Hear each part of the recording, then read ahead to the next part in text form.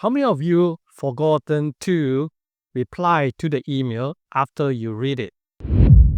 Now, for me, this always happens because after I read certain email, I may need some time to actually gather information in order to reply. But after I read it, most of the time I forget about it. So one way I do it is that I have to mark it as unread. Yeah. Now, there's a good way to turn your email into a task so that you will remember to complete or respond to it. So here's how to do it. So go to your Outlook, right? So this is your email, okay?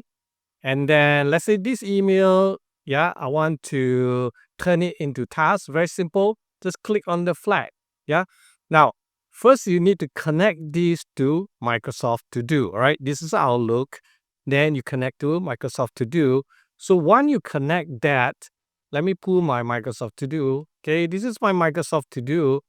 So I will go in here. These are all your lists, right? Now I have a lot of lists, right? I use Microsoft To Do a lot. And go to your flag email section. You will see here, okay, turn email into task, right? This is the subject, and it automatically create this for you.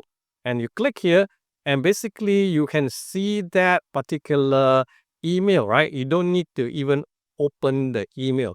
You will see this. And then if you need it, you can click here and then it will open back the Outlook for you.